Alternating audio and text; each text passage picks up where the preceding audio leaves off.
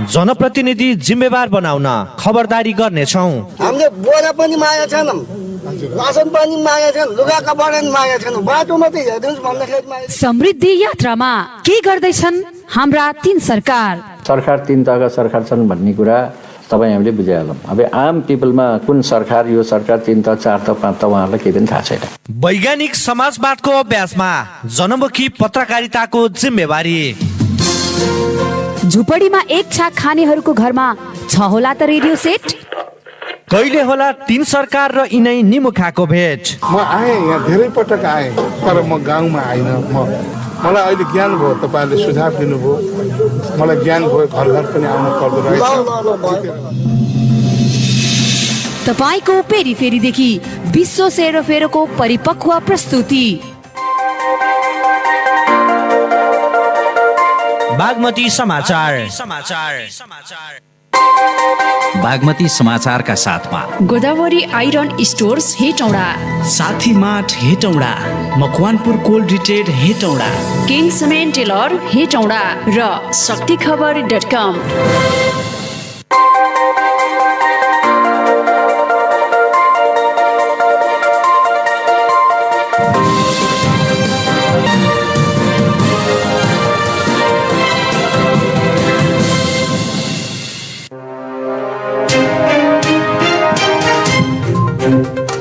चुरे क्षेत्रको संरक्षण र सम्वर्धन गर्न प्रतिबद्ध रहेको सरकारको स्पष्टोक्ति। गिटी बालुवा निकासी खोल्ने सरकारी निर्णयको भने चौतर्फी आलोचना।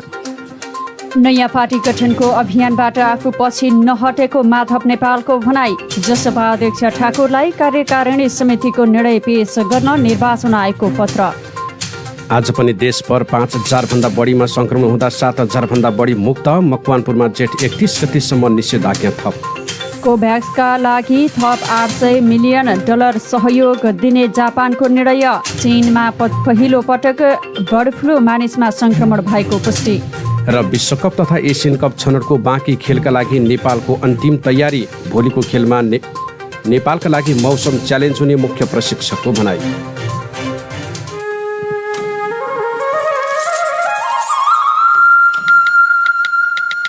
हैन, घरै बसेर मोबाइल मात्र चलाइराख्ने कि निर्माण सामग्रीहरू कहाँ पाइन्छ बजारतिर बुझ्न जाने हो?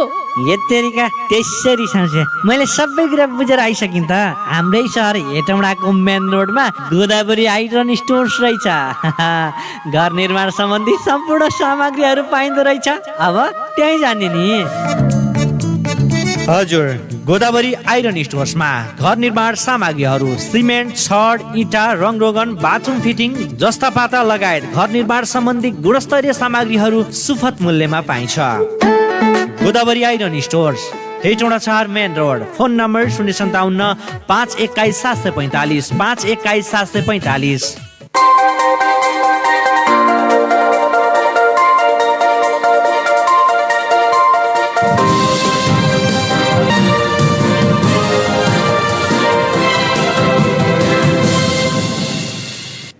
समावेशी समुदाय सामुदायिक रेडियो शक्ति FM 103.4 मेगाहर्ज, इन्टरनेट अनलाइनको www.शक्तिखबर.com हाम्रो पात्रो र मकवानपुर गढी FM 95 मेगाहर्ज मार्फत पनि बागमती समाचार एकैसाथ सुनिरहनु भएको छ। हामी बागमती प्रदेशको राजधानी हेटौडा उपमहानगरपालिका वडा नम्बर 4 स्थित केन्द्रीय प्रसारण कक्षबाट बोलिरहेका छौँ। बागमती समाचार लिएर उपस्थित भएका छौँ सहकर्मी ज्योति नेउपानेसँगै म सम्झना श्रेष्ठ। अर्थ मन्त्रालयले चुरे क्षेत्रको संरक्षण र सम्वर्धन गर्न प्रतिबद्ध भएको बताएको छ। बागमती समाचार सुरु गरौँ यसै प्रसङ्गबाट। अर्थ मन्त्रालयले चुरे क्षेत्रको संरक्षण र सम्वर्धन गर्न प्रतिबद्ध भएको बताएको छ। सरकारले शनिबार ल्याएको बजेटमा व्यापार घाटा न्यूनीकरण गर्न खानीजन्य ढुङ्गा, गिटी र बालुवा निर्यात गर्ने उल्लेख भएकोमा टिप्पणी बढेपछि मन्त्रालयले विज्ञप्ति मार्फत प्रश्न पारेको हो। प्रेस विज्ञप्तिमा बजेट वक्तव्यमा खानी तथा भूगर्भ विभागले पहिचान गरेका र वातावरणीय प्रभाव मूल्याङ्कन प्रतिवेदन बमोजिम चुरे र भावर शिवालेक तथा नदी प्रणाली बाहेकका उपयुक्त क्षेत्रमा खानी उत्खनन गर्ने नीतिगत दृष्टिकोण प्रस्तुत गरिएको उल्लेख गरिएको छ। मन्त्रालयले चुरे क्षेत्रमा ढुङ्गा गिटी बालुवा लगायत निर्माण सामग्रीको दोहन हुन नदिने प्रस्तुत नीतिको मूल मर्म भएको पनि दावी गरेको छ। यसैबीच गिटी बालुवा निकासी खोल्ने निर्णयको चौतर्फी आलोचना भएको छ। विभिन्न विपक्षी दलका नेता तथा प्रदेश 2 सरकारले समेत यस निर्णय तत्काल फिर्ता लिन आग्रह गरेको छ। नेकपा माओवादी केन्द्रका अध्यक्ष पुष्पकमल दाहाल प्रचण्डले ढुङ्गा गिटी बालुवा निकासी गर्ने निर्णय खारेज गर्न माग गर्नुभएको छ।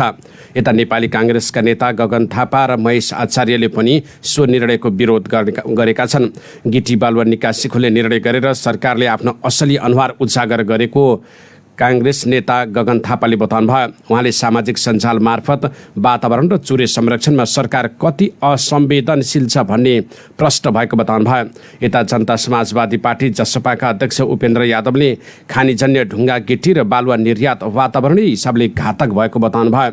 नेकपा एमालेका नेता भीम रावलले चुरेको बालुवा गिटीको निकासी र जसपा महन्तलाई दिएको 10 मन्त्री दिने कुराको कतै सम्बन्ध त छैन भन्दै आलोचना गर्नुभएको छ। नेकपा एमालेबाट निष्कासनमा परेका वरिष्ठ नेता तथा पूर्व प्रधानमन्त्री माधव कुमार नेपालले नयाँ पार्टी गठनको अभियानबाट आफू पछि नहटेको प्रश्न पार्नु भएको छ।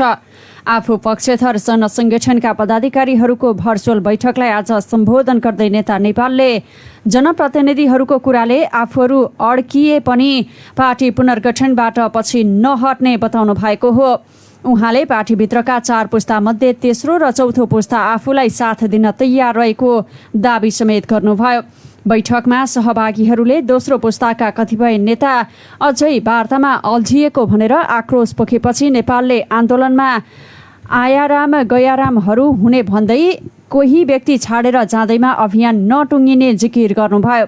बैठकमा सहभागीहरूले कुनै अलमल नगरी नयाँ पार्टी गठनमा अघि बढ्न पनि नेता नेपाललाई दबाब दिएका थिए। यसैबीच नेकपा एमालेका महासचिव तथा उपप्रधानमन्त्री ईश्वर पोखरेल र सचिव योगेश भट्टराई बीच छलफल भएको छ। 2 नेताबीच उपप्रधानमन्त्री पोखरेलको कार्यकक्ष सिंहदरबारमा छलफल भएको हो। केपी शर्मा ओली पक्षले माधव नेपाल पक्षका 11 जना नेताहरूले पार्टीबाट निष्कासन गरेको र थप 12 जनालाई पनि निष्कासन गर्नका लागि बैठक आह्वान गरेको पृष्ठभूमिमा 2 नेताबीच छलफल भएको हो। यता आज अपराह्न बोलाएको स्थायी कमिटी बैठक स्थगित भएको छ। एमाले एकता जोगाउने भन्दै दोस्रो तहका नेताहरू बीच तीव्र छलफल चलिरहेका कारण बैठक स्थगित गरिएको बताइएको छ। एमाले केन्द्रीय कार्यालयका सचिव शेरबहादुर तामाङले भने बैठकको तयारीका लागि भोलि अपराह्न 4 बजे बस्ने गरी बैठक स्थगित गरिएको बताउनुभयो। अध्यक्ष महन्त ठाकुरलाई निर्वाचन आयोगले केन्द्रीय कार्यकारिणी समिति सदस्यहरूको हस्ताक्षर भएको निर्णयको प्रतिलिपि पेश गर्न पत्र पठाएको छ। अध्यक्ष ठाकुरले पार्टीले अर्का अध्यक्ष उपेन्द्र यादवलाई कारबाही गरेको भनेर आयोगलाई पत्र पठाउनु भएको थियो। जनता समाजवादी पार्टी जसपाका 2 पक्षले एक अर्कालाई निष्कासन गर्दै दिएको जानकारीको प्रक्रिया नपुगेको निर्वाचन आयोगले जनाएको छ। यादवको पत्रमा भने माइन्युट रहेको आयोगले बताएको छ। आयोगको पत्र पुगेपछि उनीहरूले नियमावलीको अनुसूची अनुरूप पत्र पठाएपछि मात्रै प्रक्रियामा जाने बताइएको छ। पछिल्लो 24 घण्टामा 5316 जनामा कोरोना भाइरसको संक्रमण पुष्टि भएको छ। यसमध्ये पीसीआर विधिबाट 4524 जना र एन्टिजेन विधिबाट 792 जनामा संक्रमण पुष्टि भएको हो। यस्तै काठमाडौँ जिल्लामा 969 जनामा कोरोना संक्रमण पुष्टि भएको छ। पछिल्लो 24 घण्टामा थप 101 जनाको मृत्यु भएको छ भने यही अवधिमा 7219 जना संक्रमण मुक्त भएका छन्। यससँगै नेपालमा संक्रमण मुक्त हुनेको दर 80.8% पुगेको छ। यता मकवानपुरमा थप 159 जनामा कोरोना संक्रमण पुष्टि भएको छ। पछिल्लो 24 घण्टामा 341 जनामा गरिएको पीसीआर र एन्टिजेन परीक्षणमा थप 159 जनामा संक्रमण पुष्टि भएको स्वास्थ्य कार्यालय मकवानपुरले जनाएको छ। यसै गरी जिल्लामा गत 24 घण्टामा थप 185 जना संक्रमितले कोरोना जितेका छन्। यो सँगै मकवानपुरमा कोरोना जित्नेको संख्या 6645 पुगेको स्वास्थ्य कार्यालय मकवानपुरले जनाएको छ। मकवानपुरमा गत 24 घण्टामा 2 जना संक्रमितको मृत्यु भएको छ। मृत्यु हुनेमा हेटौडा उपमहानगरपालिका वडा नम्बर 2 की 52 वर्षीय महिला र हेटौडा उपमहानगरपालिका वडा नम्बर 16 की 68 वर्षीय महिलाको मृत्यु भएको स्वास्थ्य कार्यालय मकवानपुरले जनाएको छ। सरकारले यही जेठ 25 गतेदेखि कोभिड-19 विरुद्धको खोप अभियान सञ्चालन गर्ने भएको छ। चीनबाट खोप प्राप्त भएपछि स्वास्थ्य तथा जनसङ्ख्या मन्त्रालयले 60 देखि 64 वर्ष उमेर समूहका ज्येष्ठ नागरिकलाई खोप लगाउने तयारी गरिएको मन्त्रालयका प्रवक्ता डाक्टर कृष्ण प्रसाद पौडेलले जानकारी दिनुभयो। मन्त्रालयले खोप लगाउँदा नागरिकता वा उमेर खुल्ने कुनै पनि सरकारी कागजात वा वडा कार्यालयले दिएको सिफारिस लिएर जान अनुरोध गरेको छ।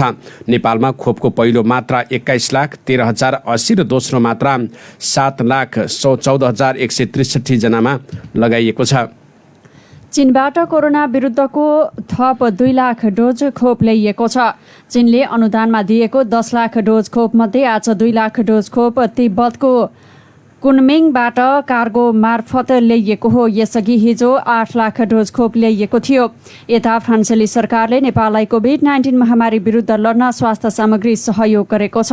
नेपालका लागि फ्रान्सका राजदूत फ्रेन्सिस जेभियर लेजरले स्वास्थ्य मन्त्री हृदेश त्रिपाठीलाई 5,04,000 FFP2 मास्क तथा 20,225 एन्टिजेनिक परीक्षण किट, 12,000 प्रोटेक्सन र 14 रेस्पिरेटर्स हस्तान्तरण गर्नुभएको हो।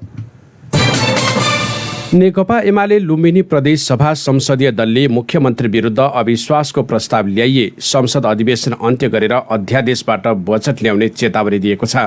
एमाले प्रमुख सचेतक भूमिश्वर ढकालले जस्केलाबाट मुख्यमन्त्री शङ्कर पोखरेल विरुद्ध अविश्वासको प्रस्ताव ल्याइए संसद चल्न नदिने चेतावनी दिनुभयो। उहाँले अहिलेसम्म मुख्यमन्त्री पोखरेल संविधानको धारा 168(1) अनुसारको एकल बहुमत सहितको रहेको बताउनुभयो। 2 वा 2 भन्दा बढी दलको सरकारको प्रक्रियामा एमाले तत्काल जाने पक्षमा नरहेको पनि ढकालले बताउनुभयो। सरकारले 5वटा 5 तारे सहित 78वटा होटललाई क्वारेन्टाइन होटलका रूपमा सूचीकृत गरेको छ। विदेशबाट फर्किएपछि शङ्कास्पद कोरोना संक्रमित समुदायमा नपुगुन् भन्ने उद्देश्यले क्वारेन्टिन बस्न पर्यटन विभागले होटलको सूची सार्वजनिक गर्दै न्यूनतम मापदण्ड तोकेको छ। महानिर्देशक रुद्रसिंह तामाङका अनुसार कम्तीमा 20वटा कोठा भएको होटललाई क्वारेन्टाइनका रूपमा तोकिएको छ। सरकारले खाडीमा वैदेशिक रोजगारीमा गएर नेपाल फर्कनेलाई 5 दिन र अन्य अवस्थामा फर्कने नेपाली र विदेशी नागरिकलाई 10 दिन होटल बुकिङको प्रमाण देखाएपछि मात्र नेपाल आउन अनुमति दिने नियम बनाएको छ। योगदानमा आधारित सामाजिक सुरक्षा कोषले हालै मात्र सरकारले जारी गरेको बजेट वक्तव्यलाई देखाउँदै सम्पूर्ण सङ्घ संस्थाहरूलाई कोषमा आबद्ध हुन आग्रह गरेको छ। कोषले एक विज्ञप्ति जारी गर्दै नयाँ बजेटले कोषमा आबद्ध श्रमिक र रोजगारदाताले जम्मा गर्नुपर्ने 2078 जेठ र असार महिनाको योगदान रकम सरकार आफैले तिरिदिने घोषणा गरेको अवस्थामा मातहतमा रहेका संस्थाहरूलाई जतिसक्दो चाँडो आबद्ध हुन आग्रह गरेको हो। कोरोना भाइरस जोखिम न्यूनीकरणका लागि काठमाडौँ उपत्यकामा जारी गरिएको निषेधाज्ञालाई जेठ मसान्तसम्म लम्ब्याइएको छ। आज काठमाडौँ, भक्तपुर र ललितपुरका 3 प्रमुख जिल्लाधिकारीको संयुक्त बैठकले जेठ 31 गते मध्यरातसम्म निषेधाज्ञा थप्ने निर्णय गरेको हो। उपत्यकामा उल्लेखनीय रूपमा संक्रमण नघटेको र जोखिम कायमै रहेको स्वास्थ्य मन्त्रालयको सुझावको आधारमा निषेधाज्ञा थप्ने निर्णय भएको काठमाडौँका प्रमुख जिल्लाधिकारी कालीप्रसाद पराजुली जानकारी दिनुभयो। 3 जिल्ला प्रशासनको निर्णय अनुसार खाद्य, किराना र ग्रोसरी पसलहरू बिहान 9 बजेदेखि 9 बजेसम्म स्वास्थ्य मापदण्ड पालना गर्दै खोल्न पाइनेछ। बागमती समाचारमा केही बेर विश्राम अघि प्रमुख समाचारका शीर्षकहरू फेरि एकपटक। सूर्य क्षेत्रको संरक्षण र सम्वर्धन गर्न प्रतिबद्ध रहेको सरकारको स्पष्टोक्ति। गिटी बालुवा निकासी खोल्ने सरकारी निर्णयको भने चौतर्फी आलोचना। नयाँ पार्टी गठनको अभियानबाट आफू पछि नहटेको माधव नेपालको भनाई। जसपा अध्यक्ष ठाकुरलाई कार्यकारिणी समितिको निर्णय पेश गर्न निर्वाचन आयोगको पत्र। आज पनि देशभर 5,000 भन्दा बढीमा संक्रमण हुँदा 7,000 भन्दा बढी मुक्त। मकवानपुरमा जेठ 31 गतेसम्म निषेधाज्ञा थप। कोभ्याक्स खोपका लागि थप $800 मिलियन सहयोग गर्ने जापानको निर्णय। चीनमा पहिलो पटक बर्ड फ्लू मानिसमा संक्रमण भएको पुष्टि। र विश्वकप तथा एसियन कप छनौटको बाँकी खेलका लागि नेपालको तयारी अन्तिममा। भोलिको खेलमा नेपालका लागि मौसम च्यालेन्ज हुने मुख्य प्रशिक्षकको भनाई। सूचना सूचना सूचना। सम्पूर्ण गाउँवासी दाजुभाइ तथा दिदी बहिनीहरू, कोभिड-19 रोगको महामारीको दोस्रो लहर देशव्यापी रूपमा फैलिरहेको साथै मकवानपुर गढी गाउँपालिकामा पनि नयाँ संक्रमित बढ़िरहेको हुँदा निम्न कार्यहरू गर्नु र गराउनु हुन सम्पूर्णमा हार्दिक अनुरोध छ। होटल, रेस्टुरेन्ट, होमस्टे तथा रिसोर्टहरू पूर्ण रूपमा बन्द गर्ने तथा भीड़भाड़ हुने गरी विवाह, व्रतबन्ध, जन्मदिन मनाउने लगायतका कार्यहरू बन्द गर्ने। धेरै मानिस जमघट र भीड़भाड़ हुने कार्यक्रमहरू अर्को सूचना नभएसम्मको लागि स्थगित गर्ने।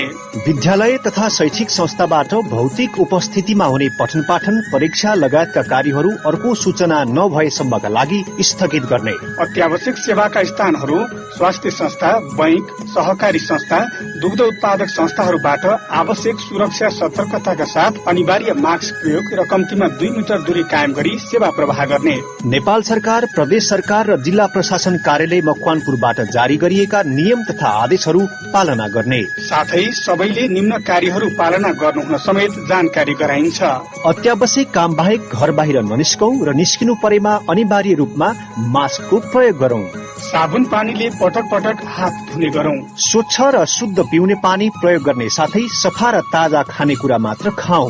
प्रत्येक दिन कम्तीमा आधा घण्टा पैदल हिँडौं र योग गरौं। स्वास्थ्यमा केही समस्या परेमा नजिकको सामुदायिक स्वास्थ्य स्वयंसेविका साथै स्वास्थ्य संस्थामा सम्पर्क गरौं। मकवानपुर गढी गाउँपालिका, मकराञ्चुली, मकवानपुर।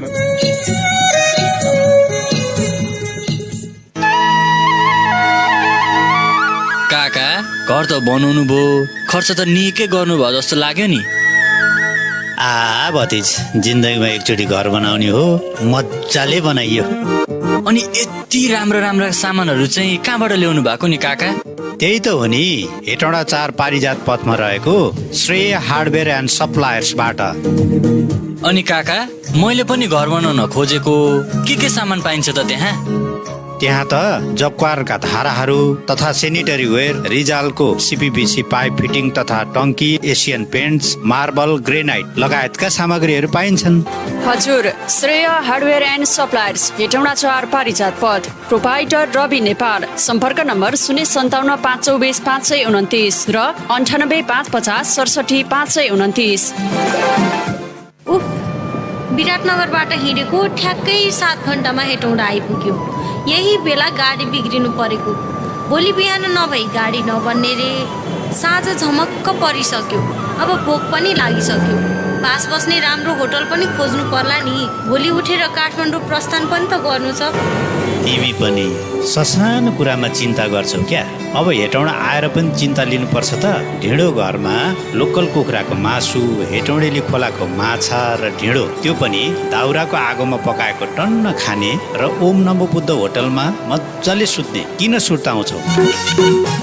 हजुर, बास बस्नको लागि पारिवारिक वातावरण भएको शान्त, स्वच्छ एवं सफा ओम नमो बुद्ध होटल र खानाको लागि गुणस्तरीय एवं सफा ढिँडो घर, हेटौँडा 1 चौकीटोल ओह्रालो, पालुङ बस पार्क सँगै। प्रोपाइटर प्रितम लामा। सम्पर्क नम्बर 057 523 850 र मोबाइल नम्बर 98 45 31 53 72। होइन हो गुरुजी, कति मस्किँदै गाडी हाँकिरहेको। हेटौँडा आइपुग्यो, टायर रिसोलिङ गर्ने कुरा बिर्सिनु भयो कि क्या हो? ए होइ, त पनि मान्छेको भाँडो चाहिँ होस् क्या। मैले त पुसुक्कै बिर्सेको। हाम्रो गाडीमा मात्र होइन, हाम्रै कम्पनीको अर्को गाडीलाई पनि टायर पो लानु छ त हेटौँडाबाट। त्यसो भए किन ढिला गर्ने? जाउँ रानी दरबार अगाडिको शिवबुवा पेट्रोल पम्पनिर। ए होइ, त पनि फेरि अचम्मकै मान्छे रहेछस्। अघि भर्खर मान्छेको भाँडो भनिहाले। टायर रिसोलिङ गर्न नि कोही पेट्रोल पम्पतिर जान्छ त? जिस्काउँछस् बज्या। ल, तपाईँ पनि गिद्दी नखानु न गुरुजी। भन्ने बेला भेज, खाने मेरो दिमाग। शिवबुवा पम्पनिर नै छ के। मकवानपुर कोल्ड रिटेड, बिर्सेनु भयो कि क्या हो? मकवानपुर कोल्ड रिटेड, हेटौँडा 4 मेन रोड, मकवानपुर। सम्पर्क नम्बर 057 526 881। विभिन्न साइजका टायरहरू ग्यारेन्टीका साथ रिसोलिङका लागि हेटौँडामै भरपर्दो नाम मकवानपुर कोल्ड रिटेड।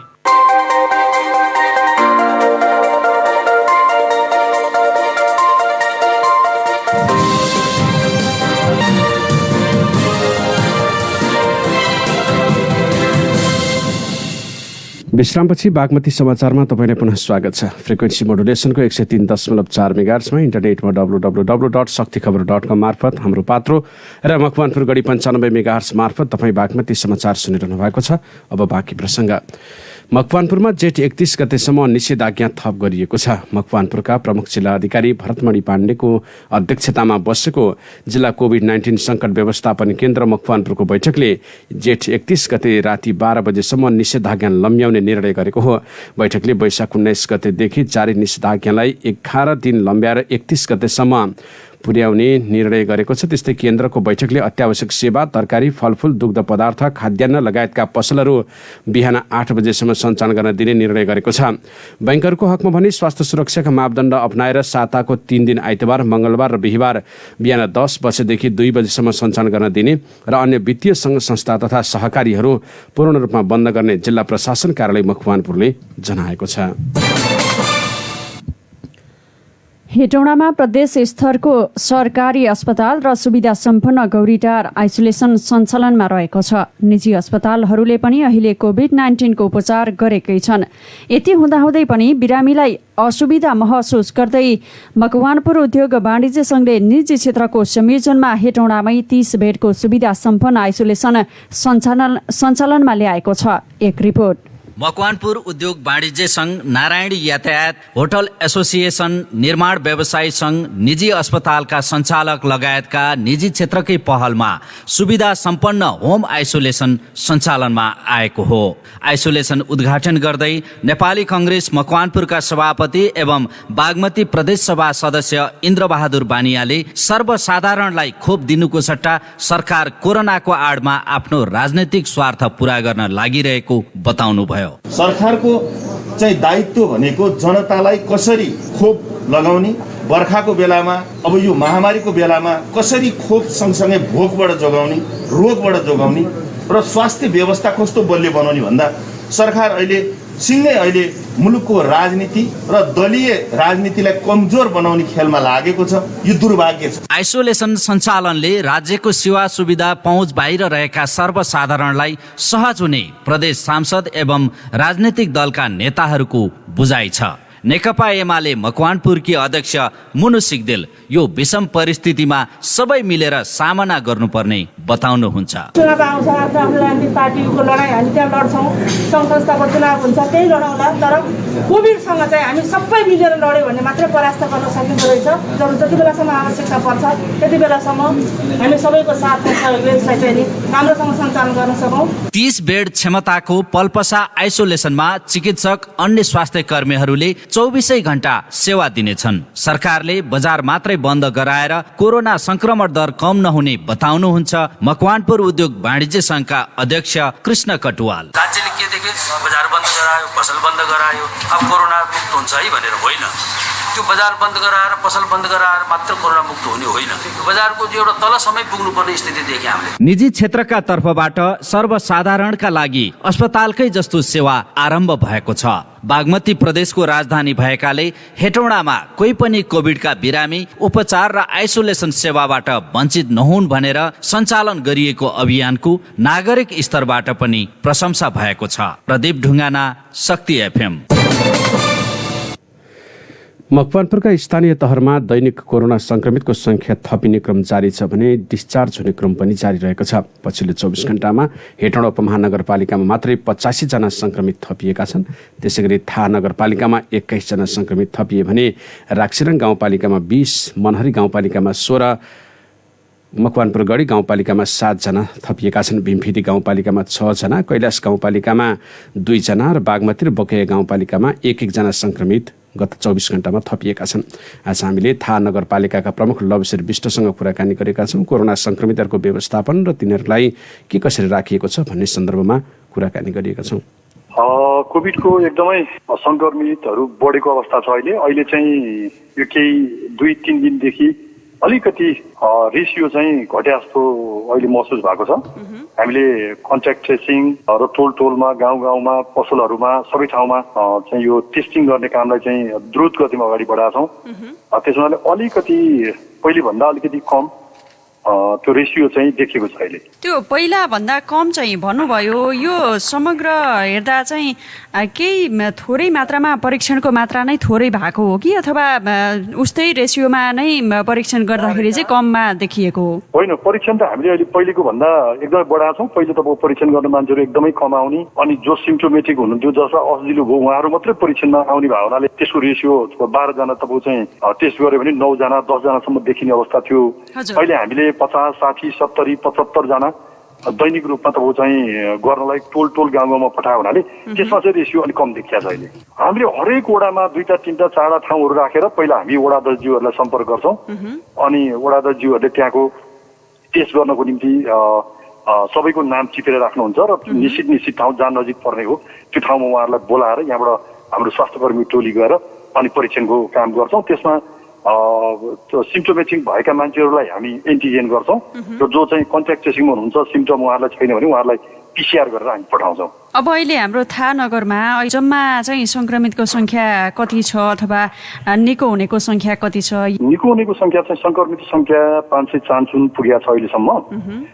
निको हुनेको दर चाहिँ हामी कहाँ कस्तो छ भने अब यो WHO ले भनेअनुसारको 14 दिन पछाडि 9 दिन पछाडि अरूलाई सर्दैन र 14 दिन पछाडि उनी चाहिँ मुक्त भइसकेका हुन्छ, सङ्क्रमणबाट मुक्त हुन्छ भन्ने प्रोटोकल छ। तर हामीले चाहिँ सकेसम्म उहाँहरूलाई सङ्क्रमण मुक्त भइसक्दा चाहिँ PCR वा एन्टिजेन गरेर उहाँहरूको चाहिँ भाइरस छ कि छैन भनेर टेस्ट पनि हामीले गरिराखेका छौँ अहिलेसम्म। त्यसो भएको हुनाले कसैलाई 21 दिनमा कसैलाई 28 दिनसम्म पनि त्यो तपाईँको चाहिँ भाइरस रहिरहेको टेस्टबाट देखिएको छ। त्यसो हुँदा हामी अहिले 55 जना जति सङ्क्रमण मुक्त हुनुभएको छ। अरूको पनि तपाईँको चाहिँ टाइम पुगेपछि हामीले एन्टिजेन टेस्ट गरेर उहाँहरू सङ्क्रमणको अवस्था के छ भनेर जाँच गरेर मात्रै पनि हामी अनि त्यो डिस्चार्ज भएको अर्थात् त्यहाँबाट मुक्ति भएको भन्ने कुरा चाहिँ गर्दै गरेका छौँ। अब जब सङ्क्रमितहरू हुनुहुन्छ जति सङ्ख्यामा उहाँहरू चाहिँ के छ, होम आइसोलेसन नै बसिराख्नु भएको छ वा संस्थागत आइसोलेसनमा बस्नु भएको छ, के छ?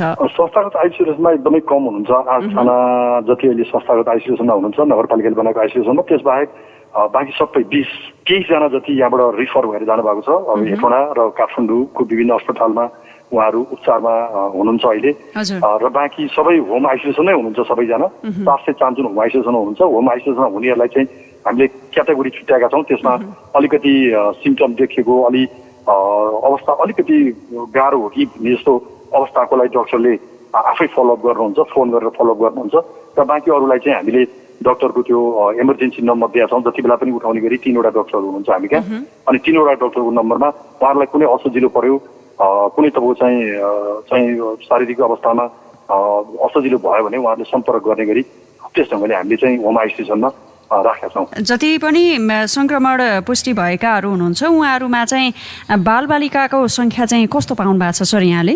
धेरै कम छ हामी कहाँ बालबालिकाको सङ्ख्या। यसमा चाहिँ युवाहरू नै अलिक बढी 30 देखि 50 बिचमै बढी हुनुहुन्छ होला यसमा। त्यसभन्दा माथि उमेरको अलिक कम हुनुहुन्छ, बालबालिका पनि कम छन् अहिले। यो होम आइसोलेसनमा बस्ने जति पनि सङ्क्रमण पुष्टि भएकाहरू हुनुहुन्छ उहाँहरूको फोन चाहिँ यहाँहरूलाई चाहिँ कतिको आउँछ? स्वास्थ्यकर्मी बाहेक अब प्रमुख उपप्रमुख लगायतलाई कतिको फोन आउने गरेको छ? होइन, यस्तो छ, अब हामीले यो नम्बर त अब उहाँहरूसँग सबै छ नै, तर बिरामी भएको बखत उही एम्बुलेन्स पाइएन भने अर्थात् अरू कुनै समस्या पऱ्यो भने मात्रै हामी कहाँ फोन आउने हो, अन्यथा हामी कहाँ फोन आउँदैन। स्वास्थ्यकर्मीले नै त्यो तपाईँको चाहिँ सबै समन्वय गर्नुहुन्छ यसलाई। सरकारले बनाउने नीतिमा स्वास्थ्यलाई कसरी जोड्नुपर्छ जस्तो लाग्छ यहाँलाई? पक्कै पनि हामीले सबभन्दा ठुलो राष्ट्रको सम्पत्ति भनेको स्वास्थ्य नै हो भन्ने कुरा अब अहिलेको एउटा विकराल समस्याले पनि देखाएको अवस्था छ र त्यसो हुँदा हामी स्वास्थ्यमा चाहिँ अत्यन्तै कमजोर अवस्था हाम्रो रहेछ भन्ने कुरा अहिले पुष्टि भएको छ। हामीले बिरामीहरू राख्ने ठाउँ पाएनौँ, हामीले बिरामीहरू जाँच्ने जनशक्तिहरू पाएनौँ। यो अस्पतालहरू पनि तपाईँको चाहिँ हाम्रो त्यो लेभलको अस्पतालहरू पनि हामीले चाहिँ बनाउन सकेका रहन्छौँ भन्ने कुराहरू अहिले पुष्टि भएको अवस्था छ। त्यसो हुँदा हरेक पालिका, हरेक प्रदेश र सङ्घीय सरकारले स्वास्थ्यको निम्ति चाहिँ एउटा बोल्ड निर्णय गरेर यस्तो पेन्डेमिक अवस्थामा पनि हामीले चाहिँ जनतालाई सुविधा दिन सक्ने गरी त्यस ढङ्गले चाहिँ हामीले सोच्नुपर्छ जस्तो लाग्छ। र अब हरेक पालिकाहरूले 15-15 सयको अस्पताल बनाउने, 500 कोभिड अस्पताल बनाउने र सङ्घीय सरकारको पनि त्यही किसिमको नीति कार्यक्रमहरू आएको हुनाले अब आगामी दिन हामी यसबाट चाहिँ डराउनु पर्दैन कि जस्तो लाग्छ। अहिले नगरपालिकाले अहिले तत्कालै यो कोरोनालाई न्यूनीकरण गरौँ, रोकथाम गरौँ भनेर कस्ता प्रयासहरू थालेको छ अहिले, पछिल्ला खालका प्रयासहरू चाहिँ? अब अहिले कोरोना नियन्त्रणको निम्ति अहिले एउटा मात्रै उपाय हामीसँग संसारभरि नै अब यो खोपभन्दा विकल्पहरूको छैन र अहिले हामीले खोप नआएसम्मको अवस्थाको निम्ति सङ्क्रमणको दर कम होस्, सङ्क्रमण कम फैलियोस्, जहाँ फैलिएको छ त्यहाँ मात्रै उपचार गरेर उहाँहरूलाई निको बनाऊ भन्ने हेतुले लकडाउन गरेको छ र यो लकडाउनलाई कडाइका साथ पालना गर्नको निम्ति हामीले सबै जनसमुदायहरूलाई आह्वान गरिरहेको अवस्था छ र जो सङ्क्रमित हुनुहुन्छ उहाँहरूलाई सकेसम्म हामीले यही उपचार गर्छौँ। सामान्य अक्सिजन लगाएर सामान्य औषधि प्रदान गरेर हाम्रो मेडिकल अफिसरले सक्ने जति धान्ने जति यही गर्नुहुन्छ र यदि त्यो सम्भावना रहेन, अब हाम्रो क्षमताभन्दा माथि भयो भनेपछि हामीले हेटौँडामा चाहिँ रिसर्च सेन्टर हेटौँडा हस्पिटललाई राखेका छौँ र हेटौँडा पठाउँछौँ र त्यसपछि कोही बिरामीहरूले होइन म हेटौँडा जान्न, म आफ्नै तपाईँ चाहिँ हिसाबले काठमाडौँ बेडहरू मिलाउँछु त्यहाँ जान्छु भन्नु पनि त्यसरी हामीले काठमाडौँ पठाउने गरेका छौँ र अबको हामीले यो सङ्क्रमणलाई हटाउनको निम्ति अर्थात् सङ्क्रमणबाट मुक्ति पाउनको निम्ति खोपभन्दा अर्को विकल्प छैन। हामीले सङ्घीय सरकारलाई खोप छिटो व्यवस्था गर्नको निम्ति अनुरोध पनि गरिरहेको अवस्था हो। निषेधाज्ञालाई चाहिँ कडाइका साथ लागू गर्ने एउटा नीति त छँदैछ नै, तर अब 1 महिनादेखि निषेधाज्ञा भएको छ। साँच्चै बिहान बेलुका काम गरेर खाने मजदुरहरूलाई त समस्या परेको छ। यसबारे चाहिँ नगरपालिका कतिको सचेत छ? हामी आज मात्रै हामीले राजनीतिक दल, सङ्घ संस्था, जो सक्रिय रूपमा सामाजिक रूपमा काम गर्ने सङ्घ संस्था राजनीतिक दल सबै हुनुहुन्छ, उहाँहरू सबैलाई राखेर एउटा कोरोना नियन्त्रण तथा समिति भनेर एउटा चाहिँ निर्देशक समिति भनेर हामीले गठन गरेका छौँ र त्यो चाहिँ हामीले 4-5 दिन अर्थात् आवश्यक पर्दा जति पनि बेला बस्न सक्छौँ र 1 हप्ताको एकपटक चाहिँ त्यो मिटिङ बस्नुपर्छ भन्ने एउटा रुटिन बनाएर राखेका छौँ र हामीले त्यहाँ मात्रै आज निर्णय गर्दाखेरि हरेक तपाईँको चाहिँ सङ्क्रमित परिवार, सङ्क्रमित व्यक्तिलाई 15वटा मास्क र एउटा साबुन सहित चाहिँ तपाईँको चाहिँ जनप्रतिनिधिहरू जो वडा अध्यक्षलाई हामी जिम्मा लाउँछौँ र उहाँहरूले वडा सदस्यहरूलाई गाउँहरूको भाग लाएर जहाँ जति सङ्क्रमित हुन्छ उहाँहरूको नाम लिस्ट गोप्य रूपमा उहाँहरूलाई प्रदान गर्छौँ र त्यो लिस्ट अनुसार उहाँहरूले चाहिँ हरेक घरमा गएर भेट्नुहुन्छ र त्यहाँ हामीले अर्को रिडिङ पनि के गर्छौँ भने कुन सङ्क्रमितको आर्थिक अवस्था कस्तो हो, उहाँहरू वास्तवमा सङ्क्रमण भइसकेपछि गएर घरमा बसेर औषधि खान नसकेर तपाईँको चाहिँ अरू डाइटहरूको अभावले गर्दा उहाँको अवस्था झन् गइगुर्जेर गइरहेको छ कि भन्ने कुराहरू पनि उहाँहरूले मूल्याङ्कन गर्नुहुन्छ र त्यस्तो अवस्था रहेछ जसको आर्थिक अभावले गर्दा औषधि खान सक्नु भएको छैन, डाइट उहाँहरूलाई कम छ अर्थात् त्यो किसिमको अवस्था छ भने उहाँहरूले सिकाइजुका पुऱ्याउनुहुन्छ। हामीले उहाँहरूलाई घरमै त्यो पुर्याउने व्यवस्था गर्छौँ एउटा सङ्क्रमण भएका मान्छेहरूको लागि। र अर्को तपाईँको चाहिँ यो लकडाउनको कारणले गर्दा घरमा खाने अवस्था छैन भने चाहिँ त्यो चाहिँ अब हामी कहाँ अलिक न्यून पनि छ, किनभने हामी कृषिमै आश्रित भएको नगरपालिका हो र त्यस हुनाले कृषि काम गर्नको निम्ति खेतबारीमा काम गर्नको निम्ति त्यसलाई बेचबिखन गर्नको निम्ति हामीले रोके अवस्था छैन। त्यो किनभने निश्चित परिवार, निश्चित एउटा गाउँ टोलको मान्छेले नै काम गरिराख्ने भावनाले त्यो खेतीबारीमा काम गर्न नदिँदा पनि उहाँहरूको सधैँ भेटघाट भइ पनि राख्छ र त्यो सङ्क्रमणको कुरा पनि तपाईँको त्यति धेरै हामीले शङ्का गरेर नपर्ने भएको हुनाले खेतीबारीमा काम गर्न हाम्रो चाहिँ सबै तपाईँको चाहिँ गरि नै राखेको अवस्था छ। त्यस हुनाले यहाँ त्यस्तो चाहिँ समस्या छ जस्तो लाग्दैन, तथापि हामीले समस्या छ भन्ने कुरा कहीँबाट आयो हामीलाई जानकारी प्राप्त भयो भने हाम्रा वडा अध्यक्षहरू, वडा सदस्यज्यूहरूले घरमै त्यो सेवा प्रदान गर्ने पनि हामीले निर्णय गरेर राखेका छौँ। नेपाली काङ्ग्रेस बागमती प्रदेश संसदीय दलका नेता एवं काङ्ग्रेस मकवानपुरका सभापति इन्द्रबहादुर बानियाले हेटौँडा उपमहानगरपालिका वडा नम्बर 13 र 18मा न्यून आय भएका 160 घर परिवारलाई खाद्य सामग्री सहयोग गर्नुभएको छ। आज कोरोना महामारी र निषेधाज्ञाका कारण श्रम गर्न नपाएर घरमै बसिरहेका हेटौँडा 13 ठुलोथली र गुम्बाचोकमा न्यून आय भएका 93 घर परिवार तथा हेटौँडा 18 सुकौराका 67 घर परिवारलाई खाद्य सामग्री सहयोग गर्नुभएको हो।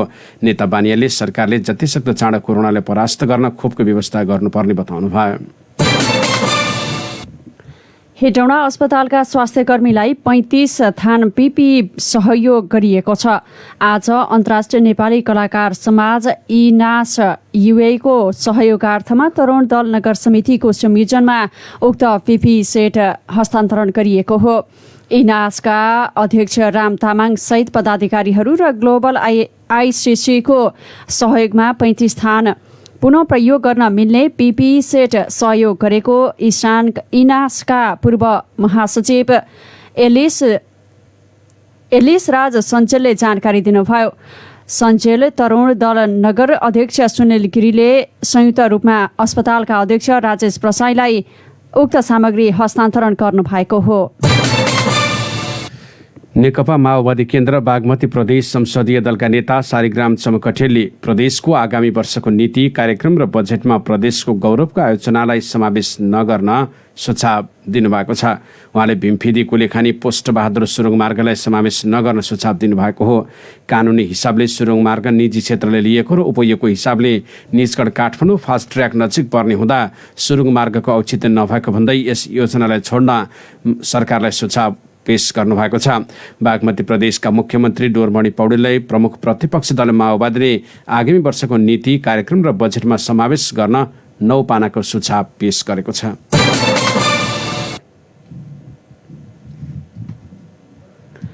बागमती समाचारमा अब अन्तर्राष्ट्रिय प्रसङ्ग। जापान सरकारले कोभ्याक्स कार्यक्रमका लागि थप $800 मिलियन सहयोग गर्ने भएको छ। कोरोना भाइरस विरुद्धको खोप गरीब राष्ट्रहरूमा पनि उपलब्ध गराउने कार्यक्रमलाई जापानले थप आर्थिक सहयोग गर्ने भएको हो। जापानका प्रधानमन्त्री योसिहिदे सुगाले कोभ्याक्स कार्यक्रमका लागि आफ्नो राष्ट्रले थप $800 मिलियन सहयोग गर्ने घोषणा गर्नुभएको समाचारहरूमा उल्लेख छ। जापानले यसअघि नै कोभ्याक्स कार्यक्रमका लागि $200 मिलियन सहयोग घोषणा गरेकोमा अब $800 मिलियन थप गर्ने निर्णय गरेको छ। विश्व स्वास्थ्य संगठन WHOले चिनिया औषधि निर्माता कम्पनी सिनोभ्याकले बनाएको कोरोना खोपलाई आपतकालीन अनुमति दिएको छ। सिनोभ्याकले उत्पादन गरेको कोरोना भ्याकलाई WHOले अनुमति दिएको हो। कोरोना भ्याकले आपतकालीन अनुमति पाएसँगै यसलाई WHO को विश्वव्यापी खोप परियोजना कोभ्याक्समा प्रयोग गरिनेछ। यो खोप WHOबाट अनुमति पाउने दोस्रो चिनिया कोरोना खोप हो। जेनेभामा आयोजित प्रेस ब्रिफिङका क्रममा WHO का महानिर्देशक डाक्टर टेड्रोस एडहानोम गेब्रेयेससले सिनोभ्याकले उत्पादन गरेको कोरोना खोप सुरक्षित, प्रभावकारी र गुणस्तरीय रहेको पाइएको बताउनुभयो। यसबीच पाकिस्तानले चिनिया सहयोगमा आफ्नै मुलुकभित्र कोरोना भाइरस विरुद्धको खोप उत्पादन सुरु गरेको छ। पाकिस्तानले चिनिया औषधि निर्माता कम्पनी क्यान्सिनोको सहयोगमा पाक भ्याक उत्पादन सुरु गरेको हो। इस्लामाबादमा आयोजित एक समारोहमा योजना विकास तथा विशेष पहल सम्बन्धी केन्द्रीय मन्त्री असद उमरले सो कार्यक्रमको सार्वजनिक गर्नुभएको हो। चीनमा पहिलो पटक बर्ड फ्लू मानिसमा संक्रमण भएको पुष्टि भएको छ। आज एक पुरुषलाई संक्रमण पुष्टि भएको बीबीसीले जनाएको छ। भाइरस कसरी सर्यो भन्ने बारे पुष्टि हुन बाँकी रहेको अधिकारीहरूले जनाएका छन्। गत साता बर्ड फ्लू संक्रमण पुष्टि भएको थियो, तर अहिले उनी निको भएर घर फर्किसकेको जनाइएको छ। कुखुराबाट मानिसमा बर्ड फ्लू सरेको धेरै घटनाहरू भए पनि कन्ट्याक्ट ट्रेसिङ गर्दा त्यही व्यक्तिमा बर्ड फ्लू संक्रमण पुष्टि भएको थिएन। बेजिङ स्थित राष्ट्रिय स्वास्थ्य आयोग HHC का अनुसार अस्पतालमा भर्ना गरिएको 1 महिनापछि उनमा बर्ड फ्लू गराउने भाइरस बाट संक्रमण पुष्टि भएको थियो। विश्व स्वास्थ्य संगठन WHOले यो संक्रमण फैलने जोखिम न्यून रहेको र मानिसबाट मानिसमा उक्त भाइरस नसर्ने बताएको छ। अब खेल सम्बन्धी समाचार। विश्वकप तथा एसियन कपको दोस्रो चरणको छनौटका बाँकी 3 खेलका लागि अन्तिम तयारीमा नेपालले कुवेत सिटीमा अहिले गरिरहेको छ। नेपालले भोलि चाइनिज ताइपेसँग खेल्दैछ। नेपाल र ताइपे बीचको खेल भोलि राति 9:45 बजे सुरु हुनेछ। ताइपे विरुद्धको मैदानमा उत्रँदा नेपाल जित निकाल्ने लक्ष्यमा हुनेछ। नेपाली राष्ट्रिय फुटबल टिमका मुख्य प्रशिक्षक अब्दुल्लाह अल्मुताइरीले कुवेतको मौसममा खेल्न कठिन हुने बताउनु भएको छ। प्रशिक्षक अल्मुताइरीले ताइपे विरुद्ध जित निकाल्दै एसिया कपमा छनौट हुने सम्भावना जीवित राख्ने लक्ष्य लिएको समेत बताउनु भयो। चाइनिज ताइपे विरुद्धको हेड टु हेडमा भने नेपाल बलियो देखिएको छ। नेपाल र ताइपे अहिलेसम्म 2 पटक भिडेका छन्। पहिलो भेटमा बराबरीमा सकिएको थियो भने दोस्रो भेटमा नेपालले 2-0 को बाछी मारेको थियो। अन्तर्राष्ट्रिय क्रिकेट काउन्सिल ICCले 1 दिवसीय र T20 विश्वकपमा टिमको संख्या बढाउने निर्णय गरेको छ। फ्युचर प्लान अनुसार ICCले 1 दिवसीय विश्वकपमा 14 र T20 विश्वकपमा 20 टिमलाई समावेश गर्ने आधिकारिक निर्णय गरेको हो। ICCको नयाँ योजना अनुसार सन् 27 र 31 को एक दिवसीय विश्वकपमा 14 टिम सहभागी हुनेछन्, जसमा 54 खेलहरू खेलिने भएका छन्। यस्तै 2024 देखि 2030 सम्म हुने 4 संस्करणको T20 विश्वकपमा 20 टिमले सहभागिता जनाउने भएका छन्। यी विश्वकपको हरेक संस्करणमा 55 खेल हुने बताइएको छ। आईसीसी को यो निर्णयले नेपाल जस्ता देशलाई फाइदा हुने देखिएको छ। युरोकप फुटबलका लागि इङ्ल्यान्डले 26 सदस्यीय टिमको घोषणा गरेको छ। मुख्य प्रशिक्षक ग्यारेथ साउथगेटले प्रारम्भिक चरणमा रहेका 33 खेलाडीबाट युरोकप खेल्ने 26 सदस्यीय टिमको घोषणा गर्नुभएको हो। प्रारम्भिक चरणमा Jesse Lingard, James Ward, Ollie Watkinson, Mason Greenwood, Ben Godfrey, Ben White र आरोन र्याम्सडेल बाहिरिएका छन्। युरोकप फुटबल जुन 11 देखि जुलाई 11 सम्म आयोजना हुँदैछ। समूह डीमा इङ्ल्यान्डसँगै क्रोएसिया, स्कटल्यान्ड र चेक रिपब्लिक रहेका छन्। बागमती समाचार सक्नु अघि यस बुलेटिनका प्रमुख समाचारका शीर्षकहरू पुनः एकपटक। चुरे क्षेत्रको संरक्षण र सम्वर्धन गर्न प्रतिबद्ध रहेको सरकारको प्रश्नोक्ति। गिटी बालुवा निकासी रोक्ने सरकारी निर्णयको भने चौतर्फी आलोचना। नयाँ पार्टी खोल्ने अभियानमा आफू पछि नहटेको माधव नेपालको भनाई। जसपा अध्यक्ष ठाकुरलाई कार्यकारिणी समितिको निर्णय पेश गर्न निर्वाचन आयोगको पत्र। आज पनि देशभर 5,000 भन्दा बढीमा संक्रमण पुष्टि हुँदा 7,000 भन्दा बढी मुक्त। मकवानपुरमा जेठ 31 गतेसम्म निषेधाज्ञा थप। कोभ्याक्सका लागि थप $800 मिलियन सहयोग दिने जापानको घोषणा। चीनमा पहिलोपटक बर्ड फ्लू मानिसमा पनि संक्रमण भएको पुष्टि। र विश्वकप तथा एसियन कप छनौटको बाँकी खेलका लागि नेपाल अन्तिम तयारीमा। भोलिको खेलमा नेपालका लागि मौसम च्यालेन्ज हुने मुख्य प्रशिक्षकको भनाई। प्रविधि कक्षका प्रेम विष्टलाई धन्यवाद सहित बागमती समाचारबाट हामी सबै आज्ञा चाहन्छौँ। कोरोनाको त्रास बढेकोले कम्तीमा 2 मिटर दूरी कायम गरौँ, सतर्कता अपनाऊ, मास्क लगाऊ र साबुन पानीले हात धौँ, हात मिलाउन छोडेर नमस्कार गरौँ। नमस्कार।